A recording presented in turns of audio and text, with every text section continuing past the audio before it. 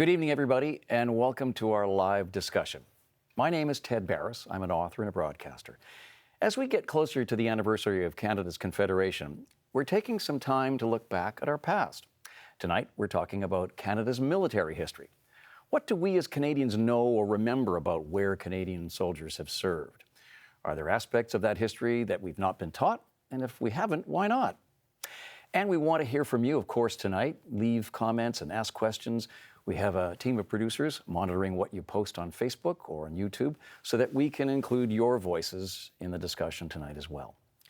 Certainly, the story of us has sparked a lot of conversation, but tonight we want to go beyond the show and tell more stories about Canadian history. It's an opportunity to take a closer look at how the armed forces in particular have shaped our country. Joining us tonight, from his home in Grand Junction, Colorado, Timothy WINEGARD. Timothy is a historian, author, and professor at Colorado Mesa University. Professor WINEGARD also served 9 years in the Canadian and British Armed Forces. In Washington, we're joined tonight by Rachel DECOSTE. She's a contributor for the HuffPost. She has built her writing career on a quest to better understand her Canadian heritage. In Toronto, I'm joined by Dr. DESMOND and Roger SARTY. Dr. Morton is one of Canada's most preeminent historians. He's written over 40 books and textbooks and was the founding director for the McGill Institute for the Study of Canada, where he still teaches. Professor Roger SARTY, also one of Canada's leading historical voices, has served as a historian for the Department of National Defence, as a deputy director of the Canadian War Museum, and he currently teaches history at Wilfrid Laurier University. We are so fortunate to have you, all four of you, tonight, and we're looking forward to a lively discussion. Let's get started. Why don't I ask Dr. Morton to start? He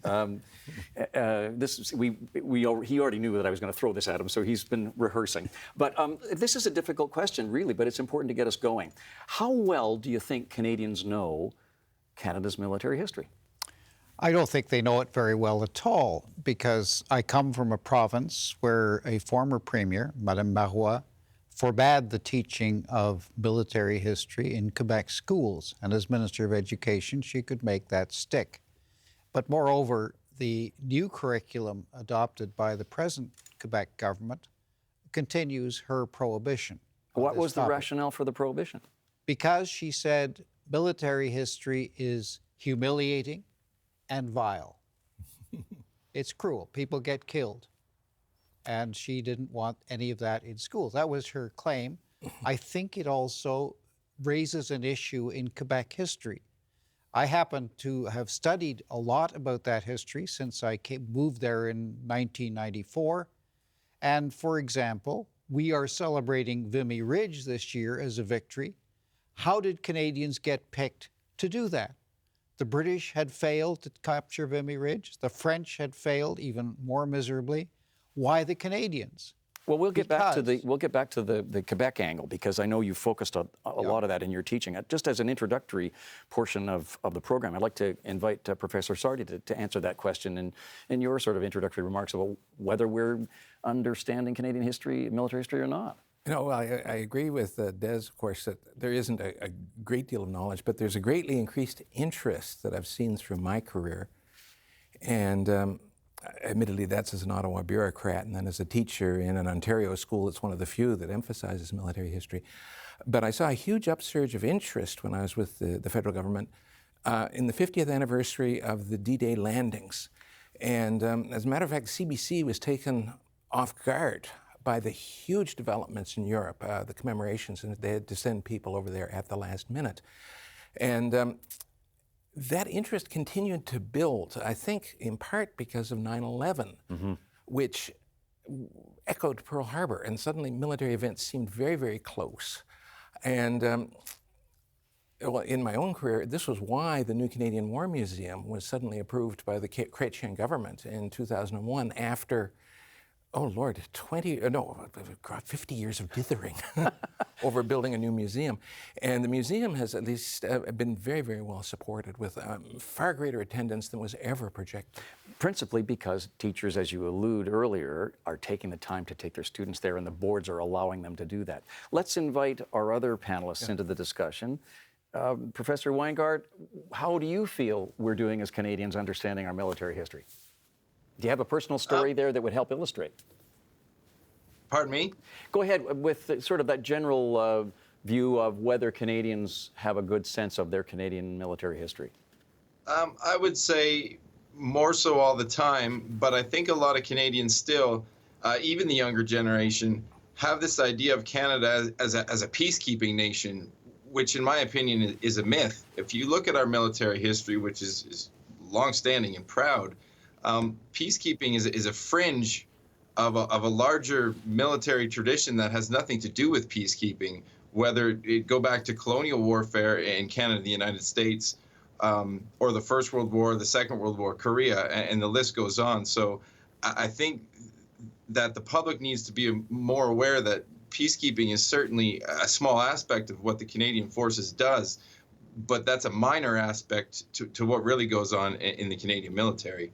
Was that a conscious thing that you sensed Canadians, in whatever role, directed attention to the peacekeeping rather than the warrior dimension of our history?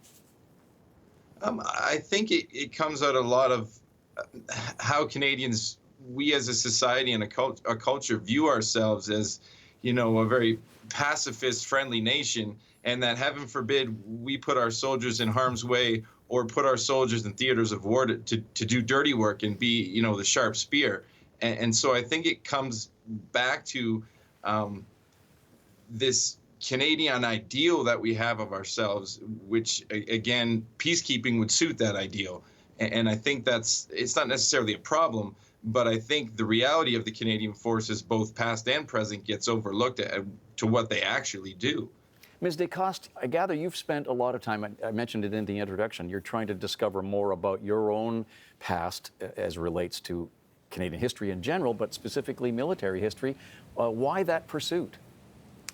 Well, as a person of color and as a woman and as a daughter of immigrants, often I haven't seen the military represent people that look like me and my gender, at least not in a positive way. So when you hear, I think at the start you were talking about how the curriculum sometimes excludes military history. Growing up in Ontario, we did have a tiny slight bit of military history, but it's cherry-picked. And they pick what positive things they want people to know. And often that includes minority voices, Aboriginal voices, voices of the people that were a victim of our military might in the past underneath the British flag. So I wanted to learn for myself the truth, the whole truth, even the ugly parts, just so I can better understand the country that is mine and the country where I'm going to, you know, live the rest of my life. Give me a small example of what you discovered that was omitted. Well, Canada got its start in the Boer War in 1901, I believe. The Boer War was in South Africa. The British were trying to colonize the indigenous people there, the Africans there, needed help. And they enlisted Canadians, and we were happy to help kill, rape, and basically colonize South Africa. And we came back with blood on our hands, and people thought that it was a great feat. There's a Pretoria Bridge in Ottawa that's named for Pretoria in South Africa after those battles that were won. That's not necessarily a history that I'm proud of as a daughter of, as a descendant of African peoples who are still suffering, by the way, since that horrible, horrible colonialist war. But yeah, that's one of the examples that I didn't know about that. Nobody talked about that until I found out on my own. And there are several other things that we did in Africa. This one's positive, though. In 1960, Canadian peacekeepers were asked to go to Africa, this time in the Congo, because they were having an independence issues, and the UN wanted French-speaking troops. And that's why the Americans and other nations were passed over, and Canadians, because of the French troops that we have, the French-speaking troops, were asked to go down there and help do the peacekeeping. So I thought it was interesting that there's an African component of our military history that has never been talked about as far as I'm concerned, but I'm happy to learn about it and share it with Canadians. Let me bring that idea of teaching or not teaching aspects of Canadian military history back to the Toronto side of the panel. The gentlemen sitting next to me have probably together taught for a century, if you put all their years together, given the amount of time they've had. How true is what Ms. DECOSTE is saying? Have we gone out of our way to not tell aspects of Canadian military history? Roger? Yes, and a matter of fact, there's a Canadian obsession with defeatism. For the Second World War, we talk a lot about Dieppe, we talk a lot about Hong Kong. Well, as a matter of fact, on the side of openness, there's always been a lot of discussion about the very bad treatment of Japanese Canadians during the Second World War. But what's often been left out, and as a matter of fact, Des helped me for years in this work, is I'm from the Maritimes originally. There's very little on how the Maritimes fit into Canadian military history. And so what I've tried to promote through my career is the idea that Canada's East Coast was on the front lines of the Battle of the Atlantic, especially in the Second World War. There was 20 or 30 German submarines that sank ships as far up as Rimouski in the St. Lawrence River. And that, in fact, that's just a small part of the story. After the Normandy invasion, Montreal and Sydney and Halifax were busier than ever, shipping supplies over to the front. We were that closely engaged, and Canadians still seem to think of the war as a very remote thing that didn't directly involve us. I think there were 60,000 naval personnel in Halifax and only 50,000 population. Oh, yes. During the Second World War. Absolutely true. But I guess what I'm also trying to discover here is whether, as Ms. DECOSTE was alluding to, is we do touch these subjects, but we don't explore them thoroughly. Suddenly, when she was speaking, I had a flash across my brain of Ross Munro's first descriptions as a war correspondent at Dieppe. And all the papers in Britain and in Canada and in the United States were raving about the extraordinary aspects of the operation. And Munro was the first to say it was a disaster. Yes. How difficult, Dr. Morton, is it for Canadians to deal with the softer underbelly of our history in terms of our military understanding? Well, the answer is it's very hard. And teachers have told me they don't want to discuss subjects like PTSD, post-traumatic stress disorder, because most Canadians that they know think these are symptoms of cowardice, as they were felt to be in the First World War when soldiers were executed for failing to do their duty because they suffered all the symptoms that we associate with this heavy mental disorder. I've also got to add that there were different values and different priorities at different times in our history. Our ancestors clearly advocated for an idea of people defined by their race and color. This is embarrassing to us now, and we'd rather not talk about it. But as you point out, it's there, and we have to deal with it. One of my students this year at McGill wrote a paper on how the Royal Canadian Air Force managed to exclude Black people through their recruiting until 1943, when the American example of actually specializing in Blacks who had gone to a particular university changed their policy. And then we felt we could change ours. That whole study that the student did came even as a surprise to me. There was in the First World War a Black unit formed for the construction engineering work to be done on the front. It was extremely valuable work and dangerous. It was done by Black people. The only Black commissioned officer in the Canadian Expeditionary Force was the chaplain of that company. Let me bring Professor WINEGARD back into this discussion, because I know that when we look at Indigenous involvement in this First World War, Second World War, and any of Canada's operations, there's a tendency for us to consider Indigenous roles as a bit of an afterthought. At least that's my sense. How do you look at our role as historians, covering and teaching and getting across our history to Canadians? Well, I think, Canada prides itself on being a cultural mosaic, and certainly in the armed forces, past and present, represent that mosaic. So obviously, the First Peoples of Canada have had a long and proud association with the Canadian military, whether it's the War of 1812 with Tecumseh, or the Mohawk leader John Norton and the Iroquois. At the Battle of Queenston Heights, after Brock dies, they essentially push the Americans back.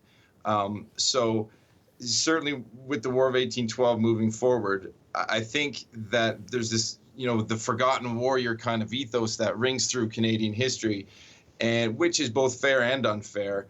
But the fringes in past kind of general histories of Canada kind of get throwaway lines, whether that be Aboriginal participation, Black participation, women, and certainly in the last, 10 to 15 years, at least on the Aboriginal side, with everything that's happening with Aboriginal affairs in Canada since really Oka, you're starting to see more attention paid to the role of Aboriginal peoples in the Canadian military. And you're more sensitive to this because you've done, in your own work, you've studied your own family, I understand.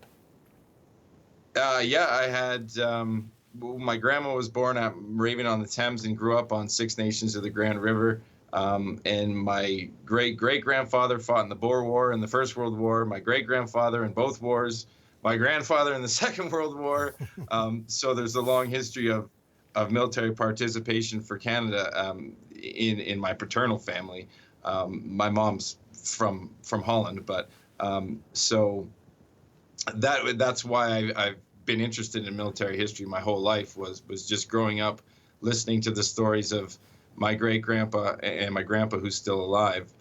My great-grandpa joined the Canadian Expeditionary Force when he was 15 in 1915, was gassed and shot at the Battle of St. Loi Craters in March 1916, was sent home, joined the Canadian Navy, and was on a minesweeper off the coast of West Africa for the rest of the war.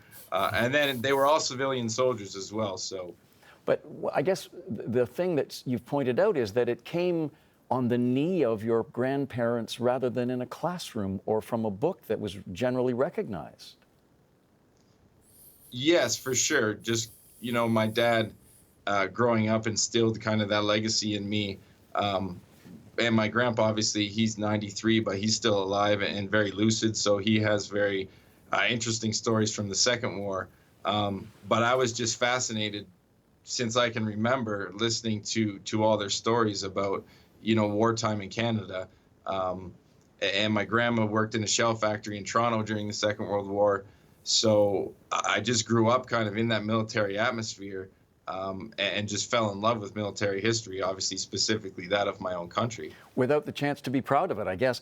We've already had some response from our viewers. We've got a note from a Facebook supplier, participant.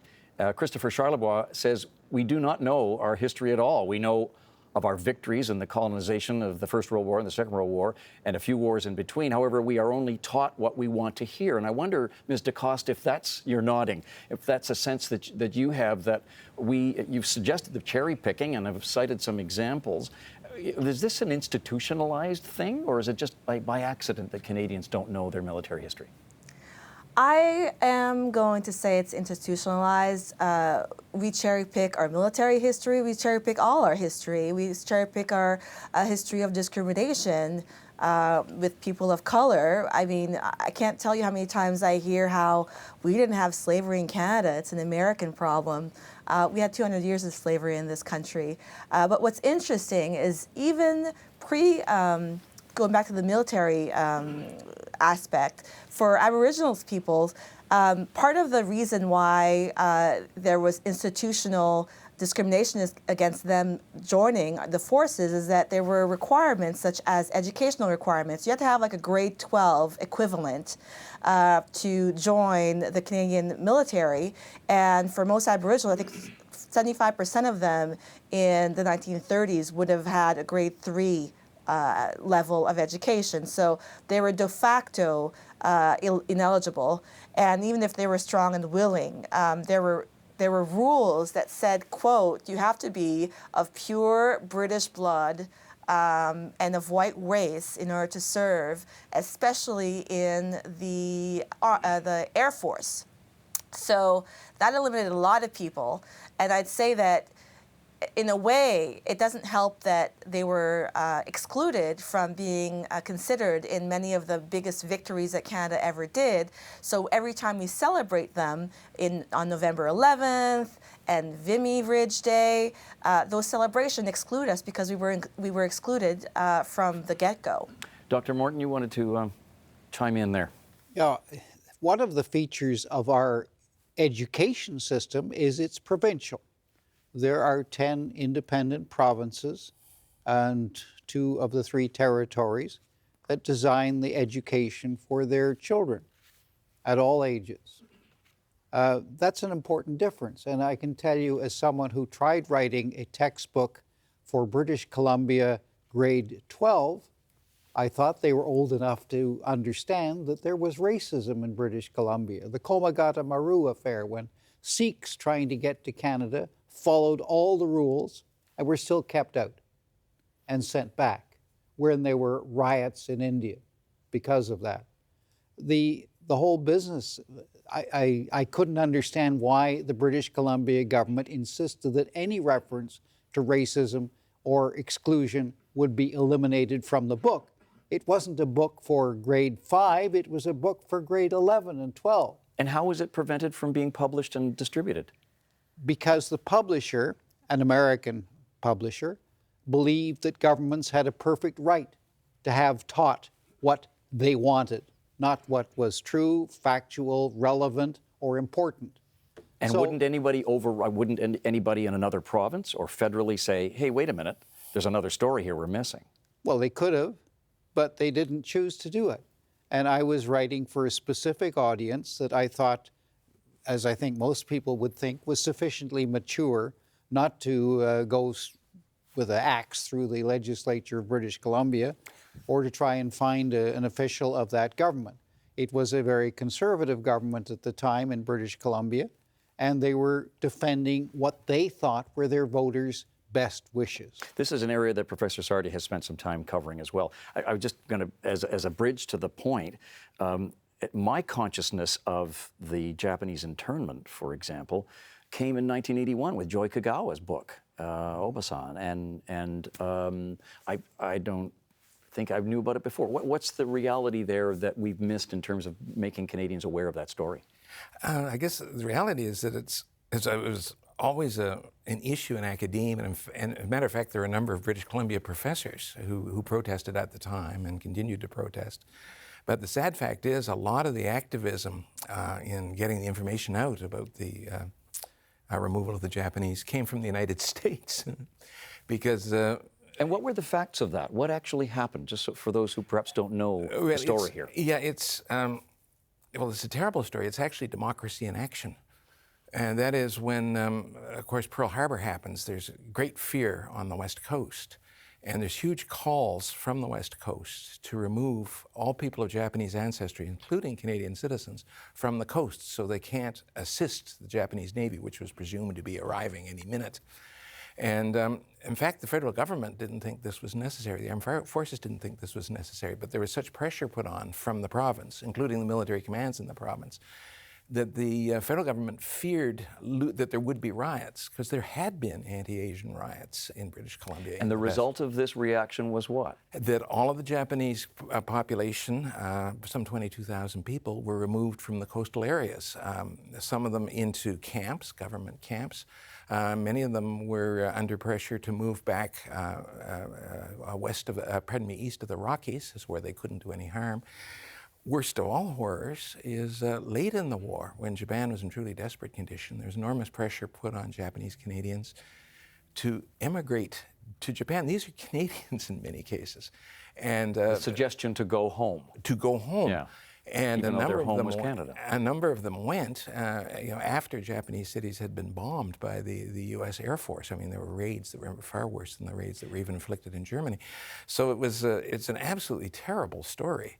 And it was, again, like you, it was only in the late 70s when the second generation I don't want to get too much into the details of it, but apparently the older generation of Japanese were very, very deferential and said, you do not make waves in your society. So it was the children, including the books you mentioned, that began to speak out in the late 70s and the 80s. Just as a conclusion to that point, what happened after the war? Was the land and the property and the location returned to the Japanese? No, not at all. Japanese Canadians, I mean. No, their property was expropriated, and it was only under the Mulroney government, who again, terrible example, under the example of the Reagan government, who made a formal apology and a settlement with the Japanese Americans, and then Brian Mulroney followed suit. But that was in the 1980s. Let me bridge to Professor Weingarten and bring Aboriginal wartime history.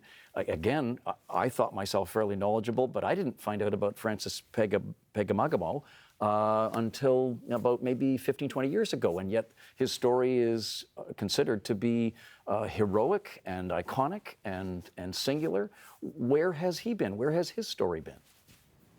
Again, I think it's really since Oka put Aboriginal issues, on the TV screens for a lot of Canadians for the first time in 1990 during that 78 days. So I think a lot of the history has now been, brought back, if you will, or brought forward for the first time.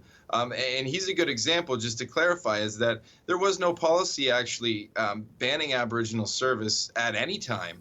If we look historically, obviously they were allies of the Crown in Canada, certainly in the War of 1812. And prior to the First World War, they were very active in the Canadian militia units.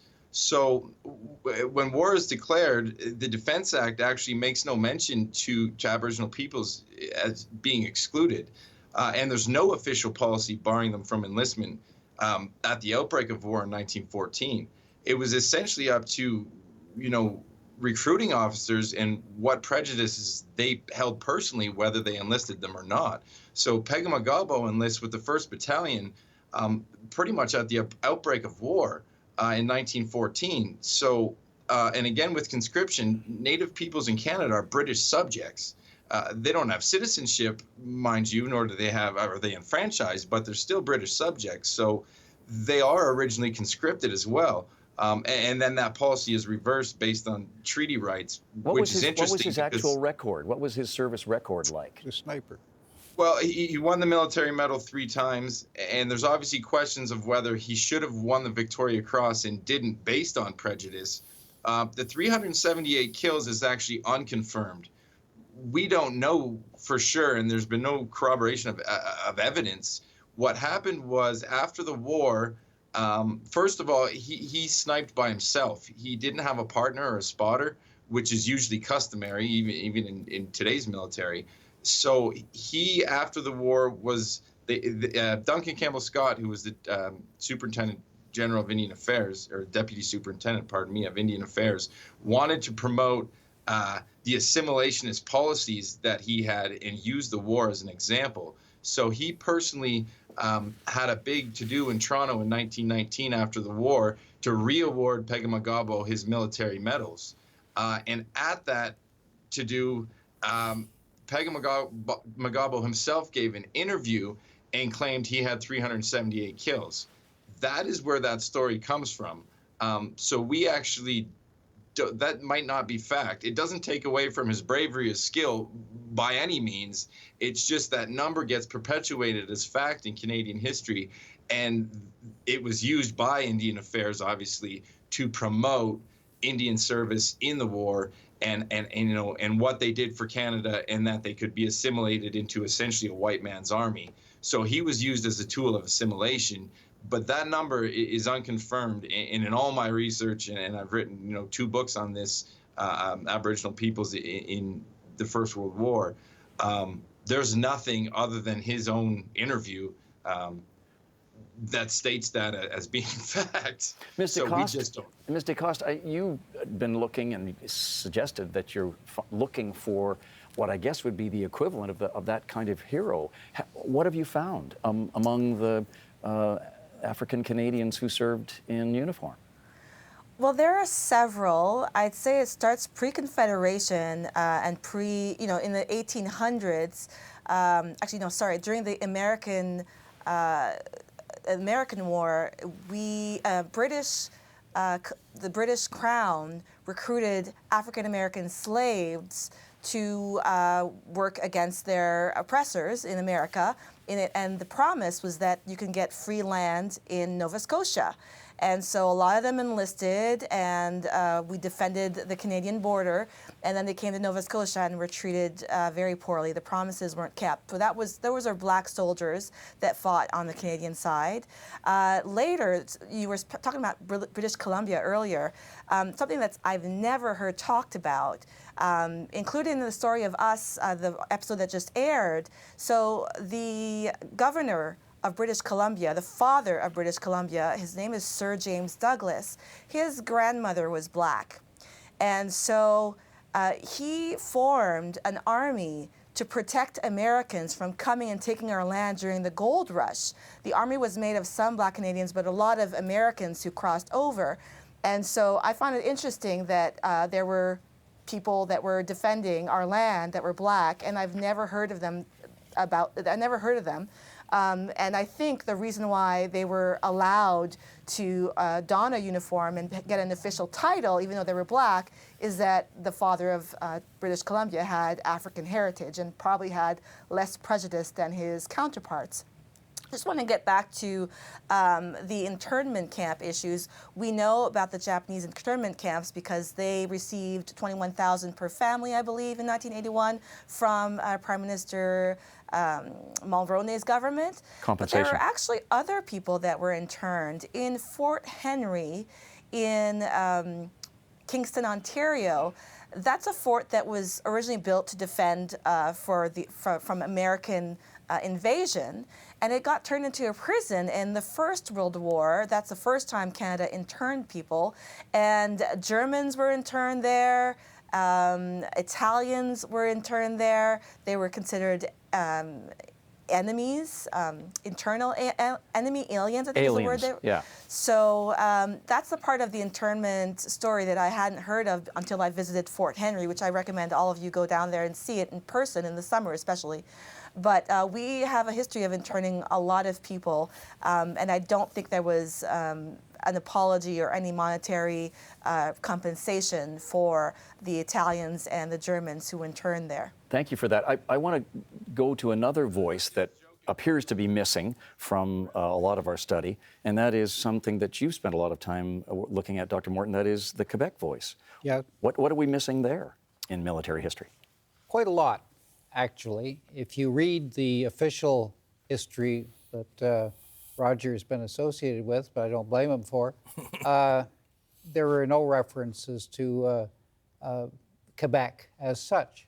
But Quebec insisted, with representatives of government and business, that it must have at least a battalion of infantry with the Canadian Expeditionary Force. In the First World War. In the First World War. The only French-speaking part of the Canadian Expeditionary Force until that moment was a single company of the Royal Montreal Regiment recruited by the, at that time called the Carabiniers de Montréal. And it was a good company, but the trouble was the officers were by and large not good in English and were repeatedly arrested by British military police on the suspicion that they were spies for the Belgians. The Belgians, of course, were not a united people. Most people aren't. The French-speaking and the Flemish-speaking hated each other, and the Germans used Flemish-speaking Belgians to spy on British lines. So that's the basis of that. But French Canadians were willing to serve, and they joined the 22nd Bataillon Canadien Français in numbers that allowed them to go to France in the summer of 1915. And there they performed very well. They were, in fact, taken over by a commander named Thomas Tremblay, who had been to the Royal Military College and graduated as a railway engineer after 4 years, despite the fact he arrived at the college without a word of English. So the Royal Military College has that record. It has also a record of providing the Australian and New Zealand Army Corps with both of its chief engineers. because Canadians who went to RMC got 4 years of engineer training. If they went to the Royal Military Academy at Woolwich in England, they got 2 years. So we were producing better, more useful engineers, although they were Francophone. What do you mean, although? In fact, because, perhaps. Perhaps because. Let me go to a comment we've received from Angela Buckles. She tells us on Facebook, it's unfortunate, but most Canadians probably know more about the United States military than our own, and I guess that applies to other parts of our history as well. And that brings me to a final point, and that is passing along the information to younger Canadians so that they understand. I want to ask all of you, how do we engage young people in this area? Professor Sarty, you alluded to it earlier by giving us a sense that there were more people overseas going to all these monuments and so on than in recent years. What's the key to unlocking their interest in this? Oh, if only I had the magical answer. I can say from my government career, this is the absolute focus of the Canadian War Museum. And of Parks Canada and Veterans Affairs. But if I live in Prince Albert or in Sydney, Nova Scotia, I can't get there just overnight or on a, hitchhiking. Yeah, and well, the theory behind all of their programs is everything they do at the War Museum, upgrading of the Vimy Monument, is to try to make stuff available on the web. This seems to be the government's answer. That's their medium. And matter of fact, when I was with the government, we had very favorable reports from school teachers saying it was great, that we would try to provide packages that would help teachers in the schools to develop some of these subjects. But certainly on the federal level, there's an enormous amount of effort and commitment. And Veterans Affairs for years has been taking groups from across the country, including small towns, of school children, to see the Vimy Monument. There were 25,000 of them, and I was in the middle of them a few weeks ago. Professor WINEGARD, what do you think is the key to making young people particularly sense their Aboriginal roots in Canadian history, military history? I think two things. The first is, I teach here at a university, and these kids, social media is the be-all and the end-all, with phones and Twitter and Facebook and everything else. So I think, again, with the internet or being online and utilizing the social media aspect that all these, young people now are just, it's like the Matrix. They're just wired into it. So I think that's one avenue, certainly, that, because it's available to them and that's their form of the medium, whether it was TV for me growing up, or the radio before that. And the other thing is just making a connection to whether it's family or community across Canada, not just in Aboriginal communities, but in all smaller communities. Whether I was born in Hamilton but raised in Sarnia, Ontario, and I know that there's a connection between Sarnia and the men and women who served in the Canadian forces across the board in all wars. So I think getting down to the grassroots at a community level and in the schools, in elementary schools, I know that some of them pick, one of the soldiers on the cenotaph or the names and then research that family. And I think it has to do with bringing it to life at a community level, both on Aboriginal communities and communities across Canada in general. Ms. DECOSTE, what would you recommend? I like to connect dots and make it relevant to today. So one of the things I noticed is that we talk about things in silos and not connected dots. I want to make you an example. Women's suffrage has a relationship to the military efforts and the Canadian war efforts. When World War I started and lots of soldiers went out to Europe to fight it, the people of Manitoba were left with not enough people to vote, so they decided we're going to let women vote. And that was the first domino that started the trend of allowing women suffrage in the country. And I think every year, at that October date when we celebrate the Persons Day, that should be part of the story. Is it, how did it happen? It didn't just fall from the sky with the famous five. There were historical effects, and I think those are the links, that trivia links, the Jeopardy kind of links, that young people are interested in, and it makes it real for them. Well, I thank you for that thought, because I think it wraps this neatly into a suggestion that we have to touch that history as much as possible. We need to meet the last of the veterans who are out there and the young ones who have returned from operations in Bosnia and in Afghanistan, and get them to talk to us. And you've alluded to that all evening. I thank you very much, panel, for joining me this evening. I want to thank our guests, Timothy WINEGARD, professor at Colorado Mesa University, Rachel DECOSTE, HuffPost contributor on minority issues, Dr. Des Morton, professor at McGill Institute for the Study of Canada, and Professor Roger SARTY, professor of history at Wilfrid Laurier University. I want to thank you as well, our audience, for joining us. Please keep in conversation this conversation going online. We want to hear from you. What topics would you like to see perhaps explored in the future? Guests you might want to hear from, and your thoughts and questions about Canadian history in general. Also, if you want to see more programs about Canada's history, check out the Canadian History section on watch.cbc.ca and on ec.2.tv. We hope you'll keep the discussion going online, and we thank you very much for joining us tonight. It's been a pleasure. Thank you.